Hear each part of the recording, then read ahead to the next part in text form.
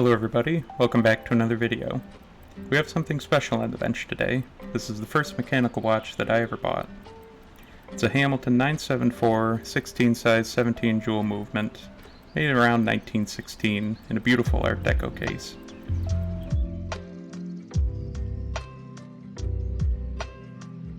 As you can see, it's monogrammed with the initials JEP, unfortunately not mine, but that doesn't take away from its beauty in my opinion. Here you can see the case markings. It's a Wadsworth 10 karat gold filled case.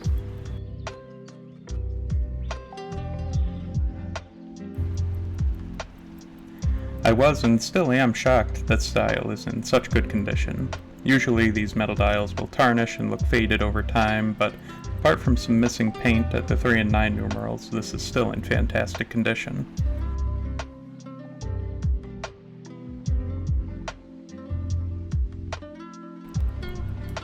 Let's decase the watch and get started on the service. Before we get started on the movement itself, I want to point out some corrosion on the crown here. This is easy enough to clean off, but it indicates that the watch was exposed to excess moisture.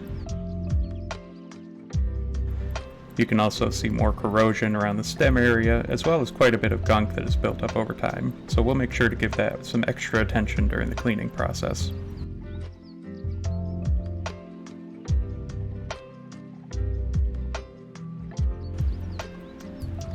Here we have the movement itself.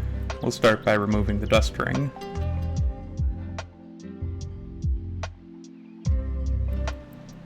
And the balance wheel is moving freely, which is always a good sign.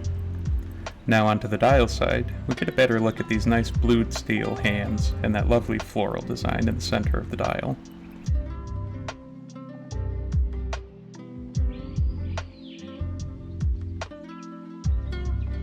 I'm going to remove the minute hand first by gently prying it up and away from the canon pinion.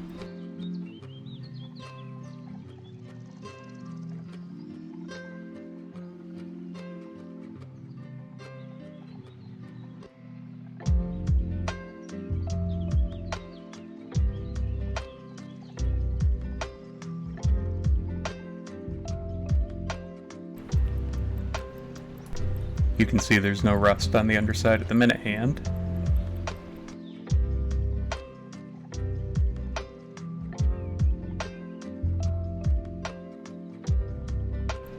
Next, we will move on to the hour hand, taking extra care not to damage that central design on the dial.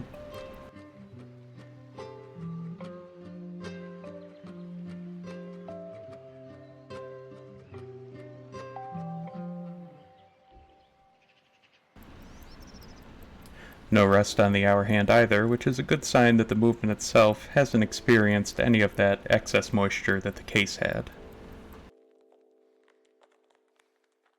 Now we will loosen the dial feet screws. These are small screws on the side of the movement that secure the dial in place, and the second hand will come off as we lift the dial away from the movement.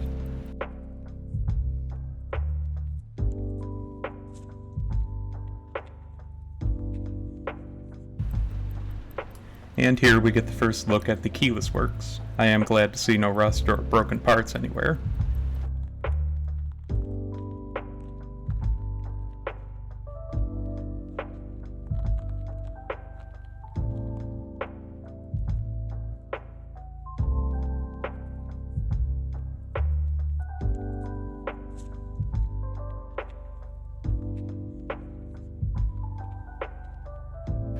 I'll start by removing the hour wheel. And there appears to be some wear on the bottom of the wheel where it contacts the canon pinion. Next up is the intermediate wheel.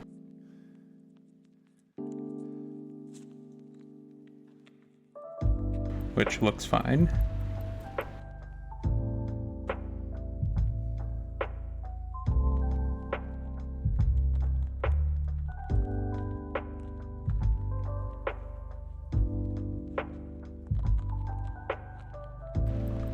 Now I will remove the canon pinion.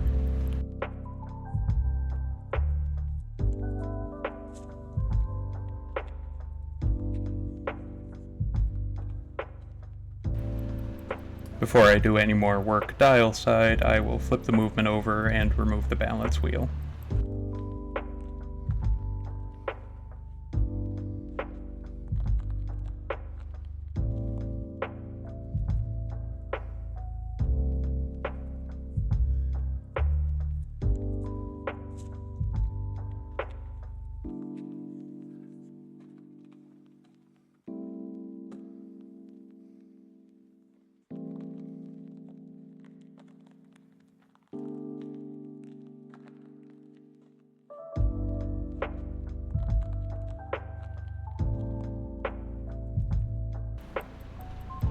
I'll also show my prying tool.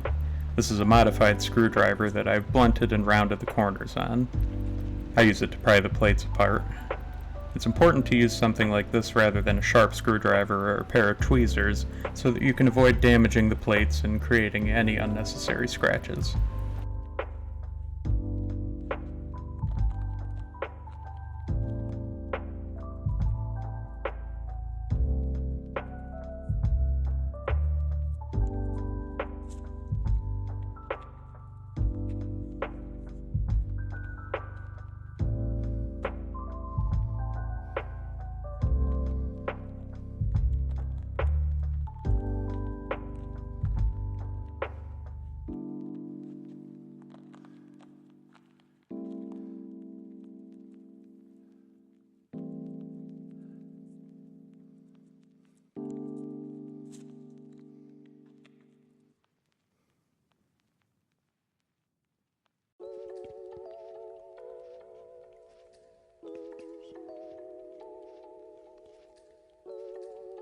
Now that the balance is removed, we'll head back to the dial side and remove the rest of the keyless works mechanism.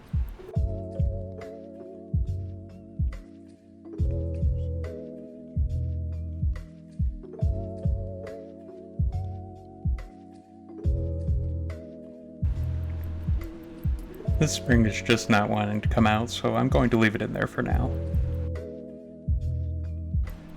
Next up are these small intermediate wheels.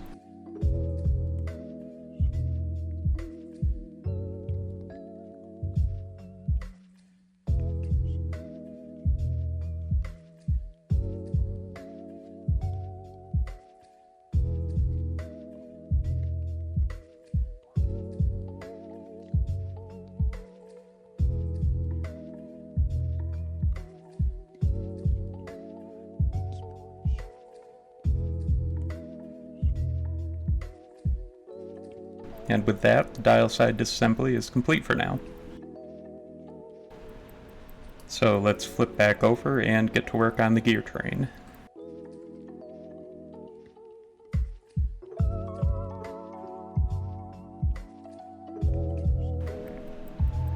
First, we'll check to make sure the mainspring is fully wound down and move on to the pallet fork bridge.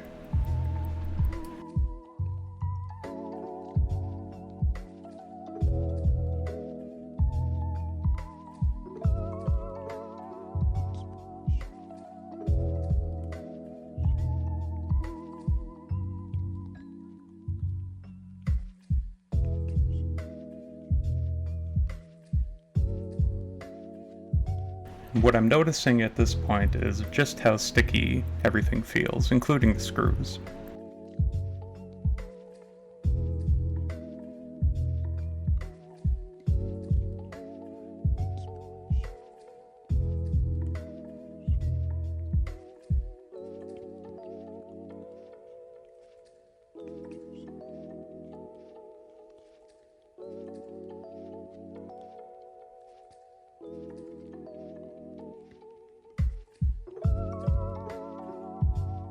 There's also a considerable amount of grime on the pallet fork pivot jewels and the fork itself, which indicates a lack of service within the past 8 to 10 years or possibly more.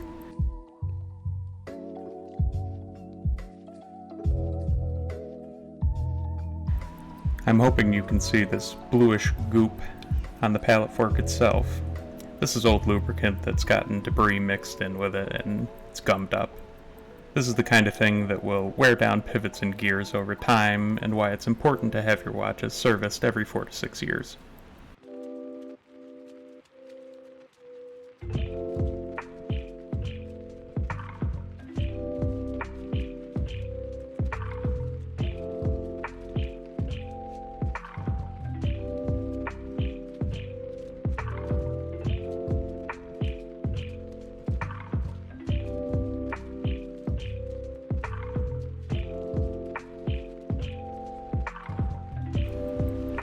We'll unscrew the ratchet wheel now and find another sign of lack of service.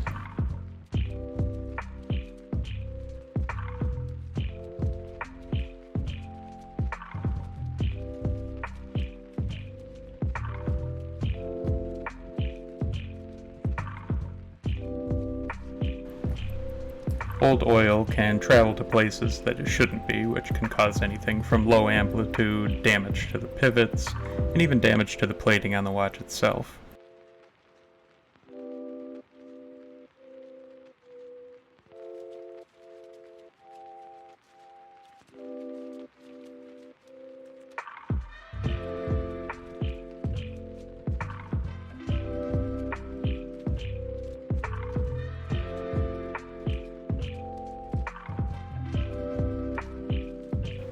Here you can see an excessive amount of oil on the top of the ratchet wheel. I've cleaned off a section with Rodico here to show you the difference.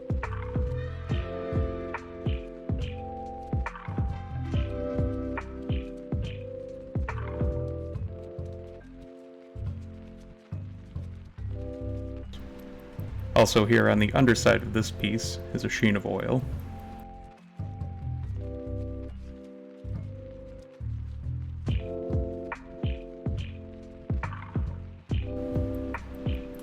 While we're here, I'll check the arbor hole for wear.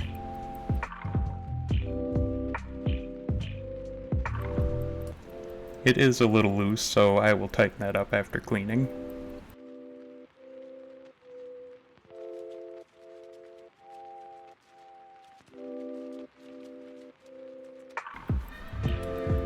Now on to the crown wheel. In my experience, these screws are almost always reverse threaded.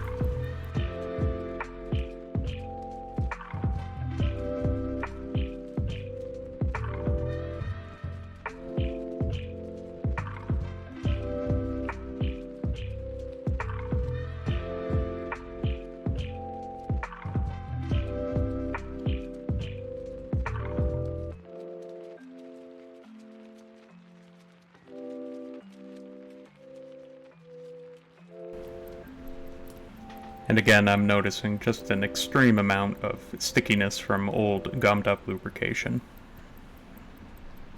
And I'm pointing all of this out because I bought this watch about 4 years ago, and it was bought on the premise of being recently serviced. And I can tell you with certainty that this watch has not been properly serviced in at least 10 years.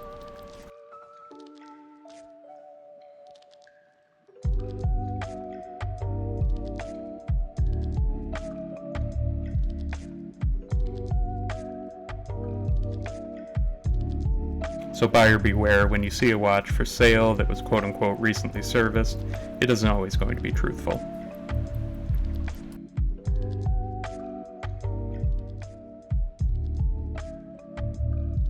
This reddish ring on the bottom of the crown wheel here is again old lubricant.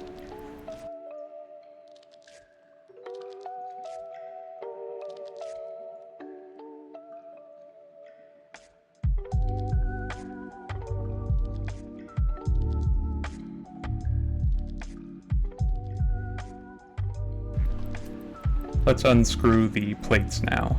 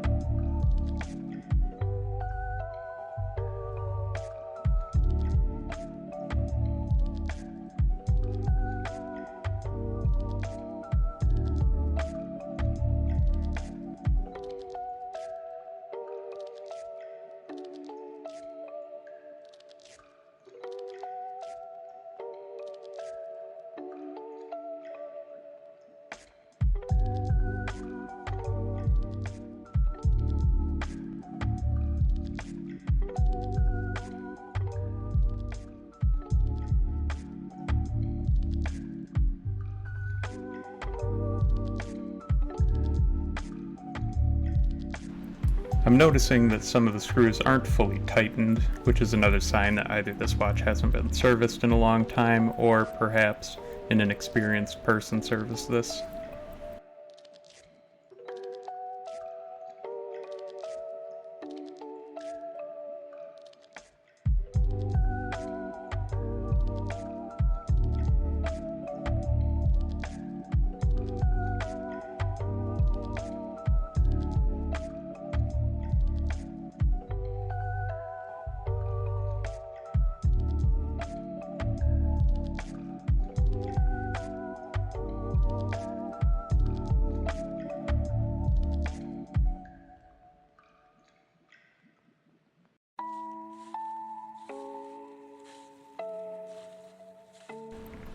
Now that the plates are off, we will inspect the gear train.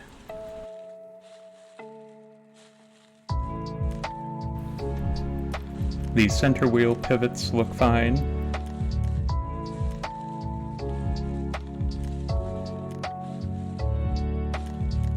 The third wheel pivots are fine as well.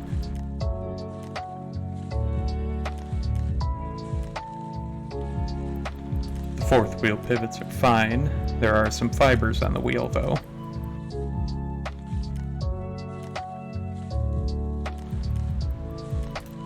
The escape wheel pivots are fine, but it also has the same small fibers on it.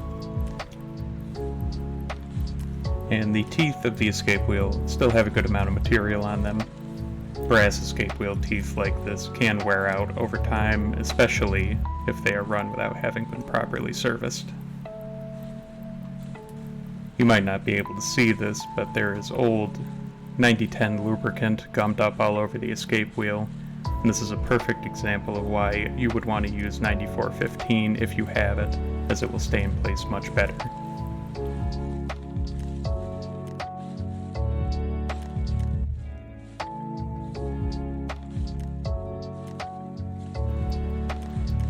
Let's remove the mainspring barrel now.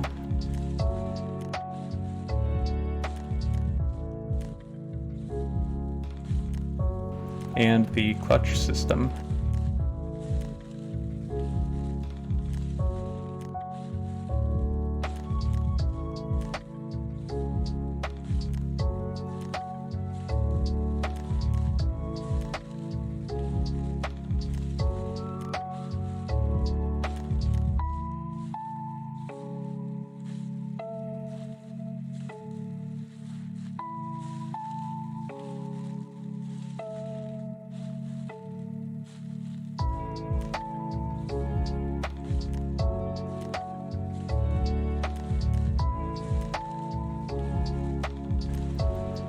This piece does have some wear on it, but it's not anything that would need to be replaced. I will look and see if I have any spare parts that will fit this movement, but it's not a priority.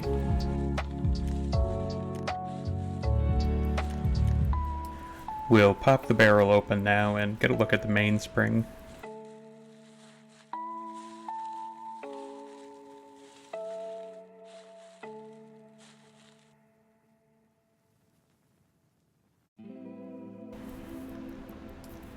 It's an older blued steel one, and I'm willing to bet that it's set, but we'll take it out and take a look at it. And just as I thought, it's set. So I'm going to look and see if I have any replacements for it, and if not, I will order a new one.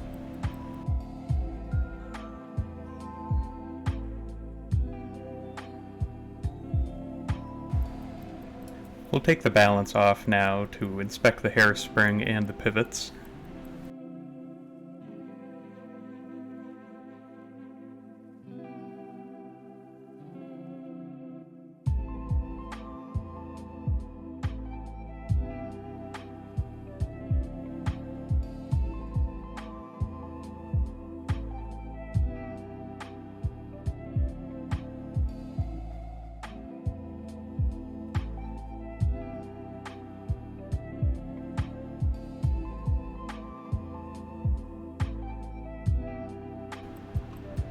The hairspring looks good. I am surprised to see 4 meantime screws on this balance. This is usually something that would only have 2 meantime screws.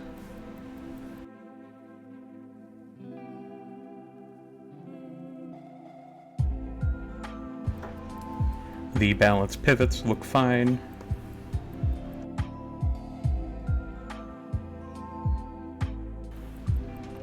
All of the jewels and pivots on this movement look fine, so we'll run it through the cleaner, and I will be back once it is fully assembled.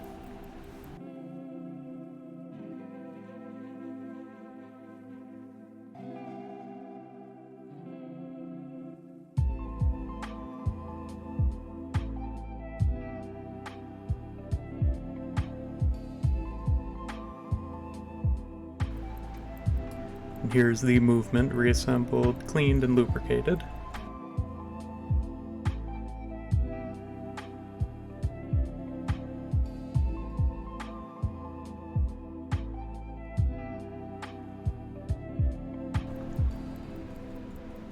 I hope you enjoyed the video, and I'll see you in the next one.